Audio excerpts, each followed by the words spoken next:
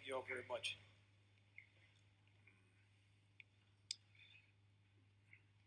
This has been the best year that we've had this. 20 years.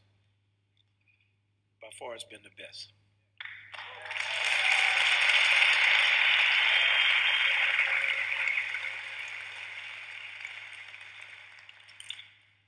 Dave and I, we've judged 19 of them. I did all 20, and Dave and I have done 19 together. And we always evaluate and we assess. I say this every year, but it's very much a labor of love. Love Duke Ellington's music, of American music, of our culture, of a way of playing, a way of life, and that's the spirit that we come at it with. When we're discussing things, we talk about, we think as if every person in here is our kid. Every director, we're directing. Every parent, we are parents. So we take it very seriously, but we come at it with love. And we also always want to teach that we're all an extension of one another.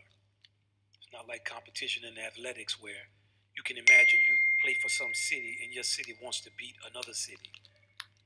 In our music, if you play in another city, we love you even more. Look at this man, I'm not mad at this city. I'm happy he's out here because we're all trying to raise the level of culture and feeling in our country, and it's a job that will take all of us. So, and that spirit, that's where we come at this.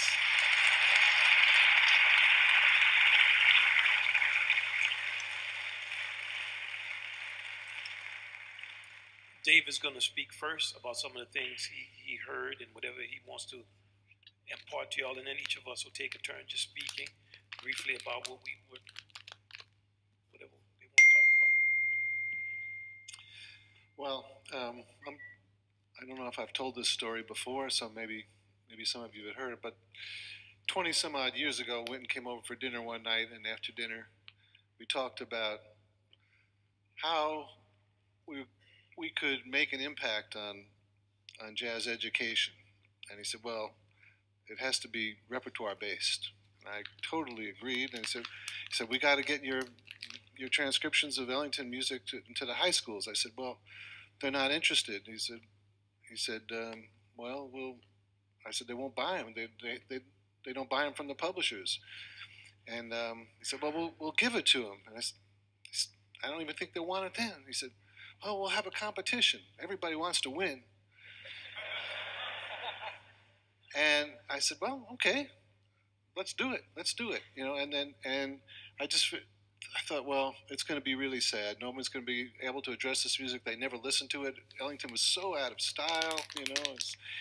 No one was interested in this music. Well, little by little, it got better every year. And this year, we leaped way beyond. This was incredibly moving. To hear high school bands playing The Tattooed Bride, 2 bands played that piece. I mean, no college bands play music like that, you know, on that level of. I mean, that's like playing a Brahms symphony. You know, it's like. You know, we haven't addressed that in jazz, and now it's happening. And all the bands that came out and played with, you know, from memory,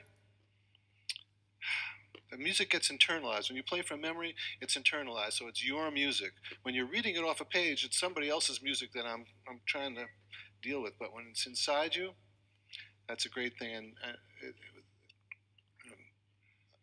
to play a piece as intricate as The Tattooed Bride from memory, that's just unbelievable to me.